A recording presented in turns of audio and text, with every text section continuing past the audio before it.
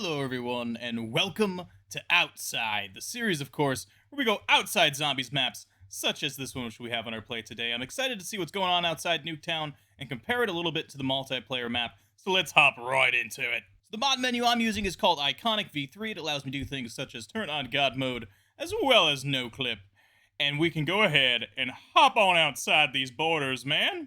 Now, there's obviously some huge differences here, right, with the multiplayer, but we'll get to that in a bit. Before going there, I kind of just feel like hopping outside the map and taking a walk around the streets here of, what is this, Trinity Avenue? Yeah, let's go down Trinity Avenue. Let's see what's going on here. So, first of all, it looks like there is collision all the way out to this fence here, and if we pass the fence, we fall through the map. But, of course, we got 4 buildings to check out, so let's start with this one right here. Got someone coming to the front door. It looks like they were absolutely vaporized. If we hop on through, which there is actually collision with the building and some barriers in here, so I'm getting like stuck. Yeah, it looks like we got a mannequin chilling here in this like little offshoot room of the house. But as far as an interior, I mean, there's not much going on here. There's not exactly any modeling, just some slightly textured walls, and that's about it. In the multiplayer version of the map, it turns out there's actually 2 mannequins down here in this window. And the actual window itself, there's like a massive curtain in front of the 2 mannequins, so I don't think you actually get to see them from the multiplayer map, so I don't even know why they're there. And moving on over, we got this blue house, which I think I just realized there is no front door to this. There's literally just a garage and no door whatsoever. And unlike this house over here, this little blue house, I can just walk straight on through, and we'll see that there's literally no modeling in here. I don't think there's a single textured wall on the interior. You can see the ceiling is kind of textured, I guess, but there's not exactly much going on with it. And across the street, we got this, like, Simpsons-looking house. And as we move to the side, we'll see that there's not exactly 4 walls to this one. And although there's no collision to the house, there is collision to things like this fence, as well as, I think, the front door and this area, this section. But there's no, like, collision to the garage door here as well. Kind of strange how they did this one. But yeah, it even has a nice little backyard with a fenced-in area for a nice dog and a good family home. We could do some grilling out here. And lastly, we got this house right here, where I think in the multiplayer, there's, like, a guy cleaning his car in the front yard. Of course, that guy's long gone. And as far as the house, well, it's missing some textures in Nuketown Zombies that are normally there in the multiplayer version. But if we hop on into it, it does have collision. And there is, like, even collision with, like, interior walls, I think. Or there's some kind of barrier in here, I'm not sure. Yeah, there's, like, textured roofs, but there's no textured walls. But there is this little area right here. Not exactly sure why, but yeah, this part is fully textured, while the rest of the house is not. So there's a few things to check out around the spawn area, and the first thing I want to point out is this bus right here. It's actually a different model from the one inside the multiplayer. The one in Black Ops 1 multiplayer has Treyarch Unified School District written on the side of it, and it's also a lot bigger, I believe. This one's quite a bit smaller in Nuketown Zombies, which I'm not sure why, but it is. And if we hop on into it here, although it's filled with barriers, so we can't really do too much. Of course, there's the teddy bear for the music Easter egg. But there's also, some headless strangers sitting here, which these models, I'm not sure what's going on with them. They look a lot different than the normal mannequin model. And something else that's interesting, this truck here in the center where all the wall buys are for like the Bowie knife and the AK-74U, if we hop on into it without clearing the debris, we'll find that it's kind of filled with barriers. And it actually pops me out of it automatically too. So it knows that I haven't opened it, and it gets mad at me for being inside of here. It seems that opening the debris actually removes barriers within the actual playable space of the truck and allows you to walk in there without getting teleported out, obviously. And then also, let's just go ahead and hop behind these boxes, see if there's anything back here. And it doesn't look like there's much, although there is a little area where I can walk around, it seems, and be amongst the box. Something else I noticed about this truck here in the middle of the cul-de-sac, when we go far away from it, there's like this low poly version that it has, but when we get closer, obviously the normal version pops into existence. I'm not sure why that is. That wasn't even a thing in Black Ops 1, but here in Black Ops 2, I guess there's some resource saving. I don't know why, but there you go. Now, as far as windows go on Nuketown, there really aren't traditional windows. I mean, the most traditional one is probably this one right here, so let's just go ahead and hop on into it. And we get to take a look at the interior of this building that you don't ever get to go inside of in the multiplayer or, of course, in the zombies But it's kind of cool to see that there is actually some pretty good modeling here. Obviously, you can see some of it through like the panels here. But yeah, man, look at that perspective, looking down to the massive crater that the nuke has gorged into the earth. Which, honestly, since we're here, I think it's time we just do it, right? Let's just go down in there. Let's see what's happening. My God, that's a big old mushroom cloud right there, I'll tell you what. So it looks like we got collision pretty far here, actually. I was kind of expecting to fall through the map pretty quick, but it looks like we can walk all the way down to the bottom, huh? When's it gonna end? Surely I'm gonna fall through the map here at some point, right? There we go, okay. Okay, so it turns out I was wrong. There's like a little section here at the bottom that you have no collision with and you can fall through, but you can keep on going. Like, yeah, there is collision beyond the bottom point there. So that's the map way over there in the distance. And it looks like we can go almost all the way to the other end of the crater, which is kind of crazy. And all the way on the other end of it, there is this like sheer cliff. If we go ahead and hop up on top of it, let's see, does it have collision?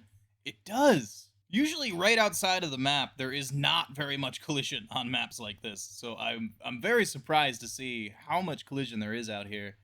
Oh, I fell through. Damn it. So yeah, that's pretty insane how far you can go. You can almost go all the way to the 2D mountains here in the backdrop. Kind of insane. And as far as the mushroom cloud itself goes, it seems to be made up of a bunch of 2D textures. So down here at the bottom, we got these like little smoke textures, which if we go on the other side of, they disappear. And we also got this like more black texture here for like the stem of the mushroom cloud, if you will. And then about the top, the actual mushroom part of it is made up of a bunch of different 2D like fire textures here.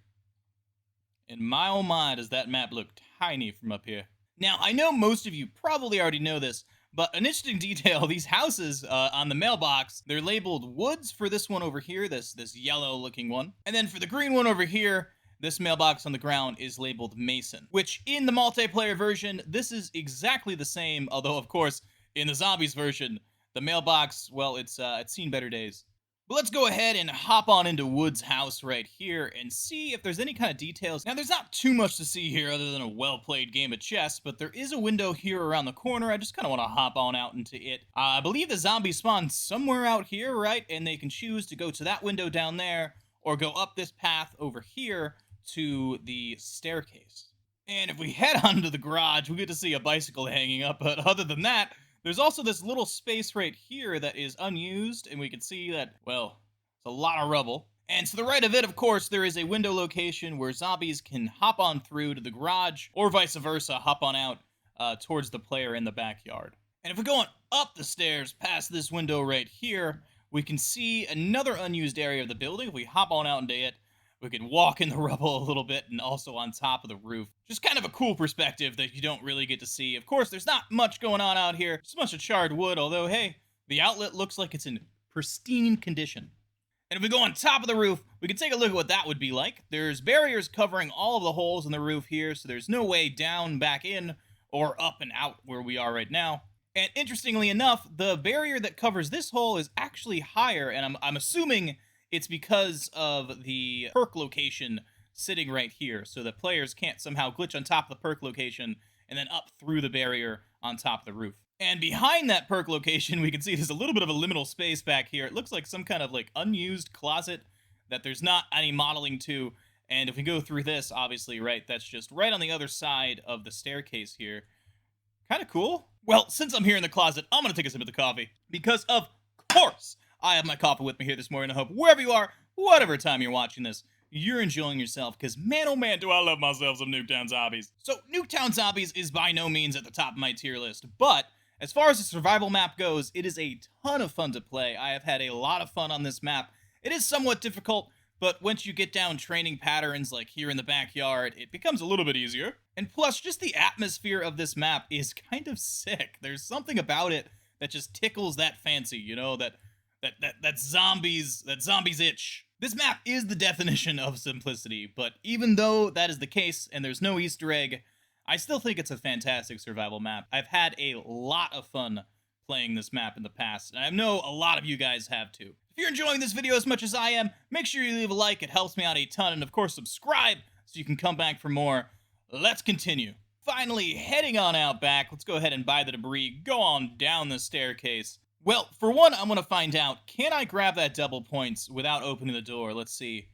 And it looks like we can. Okay, so that's interesting. A lot of times, the door itself will allow you to use the interactables, but I guess for this case, that double points or whatever the power-up is when you get it, it's just waiting to be used the entire time. And if we hop out of the map towards the back here, we can just take a look along the rocks here in these like crevices. Oh man, okay, apparently the crevasses have no collisions, so do not step in the crevasse. Yeah, it's just a whole bunch of rocks out here that don't have any collision. You can walk straight through all of them. And there's also these like little like whirlwinds of fire. Yeah, like this one right here. And they seem to follow a certain set path. So they like spawn in the one location and then they'll just follow their set path and end at their end location. And now it's time for Mason. So the Mason house has pretty much nothing going on downstairs, unfortunately. Though if we go upstairs, we can see it does have another window here in the staircase, just like the other one. Of course, zombies can spawn, I think, down there around the map, and they can choose to come down into the backyard or come on up and towards the staircase here. And if we go into the garage of the Mason house, we can see that this guy has a whole lot of duct tape. But he's ready for the apocalypse. And for the upstairs portion of the house, there is an unused attic above us. If we just hop on up, we can take a look at it real quick. It looks like we can't really move around in here too much, unfortunately. It's not too interesting either, though. It's pretty dark, bunch of charred wood, and I guess it's kind of cool to take a look at, though. You can't normally get that view. And out into the backyard, this is where we're going to find the coolest detail in this map. But before we get to it, there's a couple things to check out. So let's go ahead and hop on into the Fallout shelter. It doesn't look like there's much modeled here. Obviously, there is no, like, actual shelter. But it's nice to see that there is, like, a cement floor here, which is kind of cool, I guess. But, yeah, nothing else other than that. Oh, look, it's spinning. Oh, that's so nice. Oh! And something back here that was viewer requested is whether the RCXD tracks exist on Nuketown Zombies. And I hate to tell you guys, but it is completely different back here. In fact, most of the fence is missing, and all that's left is this weird ridge. Normally, the RCXD track starts right here on the multiplayer map, and it goes around the building all the way over towards here. But yeah, obviously that entire track is completely gone. It is no longer existing on Nuketown Zombies, and instead, well, I mean, there's the massive crater. And as for the shed in the back, you can normally see into it, but let's just go ahead and hop on into it because we can. Okay, so it looks like it's filled with a barrier, and unfortunately we can't just walk around inside of it. And the barrier for it is quite high, too. Look at that. It's kind of strange how the barrier for the shed in the back is that high, while the barrier, say, for this house is literally, like, the size of the house itself. Maybe they were really worried about some kind of glitch spot back there, but they weren't so worried about a glitch spot up here. I don't know. Because the same is true for this balcony, right? This is the height of the barrier of the house, but if I go up, we can see that the height of the barrier for the balcony is much higher. But okay, enough with all that nonsense. We need to go check out those buildings out there, right? So let's go ahead and hop on out. Let's see how much collision we can go. I would like to just walk there. We cannot walk there. Okay, that's unfortunate. So yeah, that kind of shows how strange it is that there's a ton of collision out there, but yet going this direction, there's like barely any. But let's go ahead and make our way past down this power line, and we can see there's a few buildings in the distance here. It turns out these buildings are there in the multiplayer, although in the multiplayer version, you pretty much can't see them at all. But here's the interior. This one has kind of an interior to it. It kind of exists, although, you know, not really. And as for this one back here, yeah, this one literally has no interior. But the interesting one is this one right here, this bunker. So this bunker does have an interior to it, although obviously it's not exactly well textured. But in the multiplayer version of this map, there is actual models in the window watching the events of Nuketown, waiting for that nuke to drop and to see its effects. I believe these models are just mannequins after all, that are found like randomly throughout the map. I don't think there's any real significance to them, but it's quite interesting to see that they do exist on Nuketown, but they don't exist on Nuketown Zombies. I'd imagine this ties in quite well with the lore of Nuketown, so let me know down in the comments what that exactly is. I'm not 100% sure. Obviously, this is a nuke testing facility. Like, I'm unsure how the zombies came to be here. Did the nuke, like, create zombies because it, like, scattered element 115 around. So yeah, let me know about that story down in the comment section below. I'm sure you guys know way more than me. Oh, here's the bus, guys. Hold on. Let me go catch my ride. So yeah, probably should point out there is no bus, unfortunately. And if you're wondering what's at the end of this pathway, well, there's a whole lot of nothing. It looks like it's exactly the same as the Nuketown multiplayer map. It just goes off into the distance and carries on to some 2D mountains out there. So yeah, unfortunately, there's no hidden transit bus. I really wish that was the case, but it looks like no. Oh, and here comes the perk. Where's the perk at? There it is. So it looks like it spawns up in the mushroom cloud, huh? And then comes on down and lands itself. Let's see if we can get a better look at that. Oh, here comes the perk. Please be the one that I'm at. Please be the one that I'm at. Please be the one that I'm at. Can I get to it? Ooh, what was that? Okay, so it was double tap. I'm gonna have to freeze that because that went by way too quick. But I do think that that is the actual perk machine that's falling through the sky there. So the Pack-a-Punch is just floating here in the air. Not actually sure why. I didn't notice this earlier. I don't think it was here before. Okay, so I restarted the game just to see if that was the case for all the perks, and it turns out, yes it is. All the perk models are just chilling up here above the map, right where they're eventually going to go down to, waiting to be teleported up to the mushroom cloud and sent down to Earth. So here's Quick Revive, and then boom, it's gone. And the second that it leaves, it spawns up there, and it comes down in an actual... Yeah, like, that is actually Quick Revive right there. Yeah, man, it's pretty sick to see how that works, man. Kind of awesome. Who would know that there's just perk machines chilling up there the whole time? So something that's cool about Nuketown Zombies is, of course, the old population sign and the timer, the nuke timer, I guess? Nuke timer? I don't know. But yeah, these things work in unison. So this one, obviously, this population is the amount of zombies that you've killed, right? It starts at 99. As you kill more and more of them, it drops down. And here, as we pass 2/3, of course, past 33, the countdown timer up here goes to 1. Now, what's interesting is, as we see right now, the perk is falling from the sky, but yet the population is on 15, and this timer right here is not on 0. So it goes to show that this countdown timer is not associated with the perk machines. As far as I understand, them dropping down out of the sky is associated with a different timer, or maybe a different zombie kill timer, that's going on in the background. Yeah, I'm not sure if it's zombie kills or if it's round changes or something, but when this hits 0, like that right there, it'll of course switch back over to 99. This will go down to 0 and then reset itself back to 3, but no perk will fall. So those two things are separate, which I thought the entire time that this was associated with the perk machines. It turns out that is not true. So as far as what this is associated with, I'm not entirely sure, so let me know down in the comment section if you have a better idea of what the population sign and this nuke timer countdown thing. Yeah, let me know if you know what this is actually counting down to, because I'm not entirely sure. So another really cool Easter egg in Nuketown Zombies, if we notice, these zombies have yellow eyes, right? And historically, that means that Samantha is controlling them. But right now, I'm on round 15, right? And if I go into my rounds menu right here, and I go ahead and add 10 more rounds, make it round 25, of course, all of the zombies will die, even though I didn't order them to.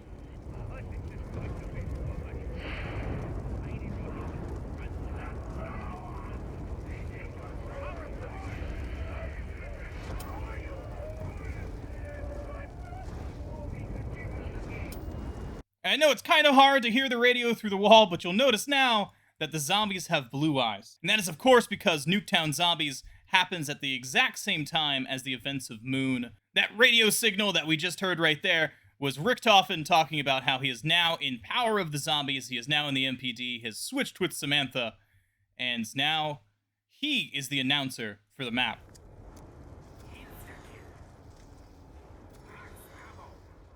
And there we go. That is Nuketown. Thank you guys so much for watching. I know there's not a ton to check out on Nuketown, but it still is a pretty unique map. It's kind of cool, and I think there was some pretty interesting details. Like, obviously, that out in the distance, kind of huge. But yeah, pretty cool to see how this map is constructed and how some of the assets are different, like mannequins chilling outside the map, or even just the bus right here in spawn. But yeah, I hope you guys enjoyed, and if you did, leave a like on the video. It helps me out a ton, and of course, subscribe so you can come back for more. All of you, stay awesome, and I will catch you in the next one. Peace out.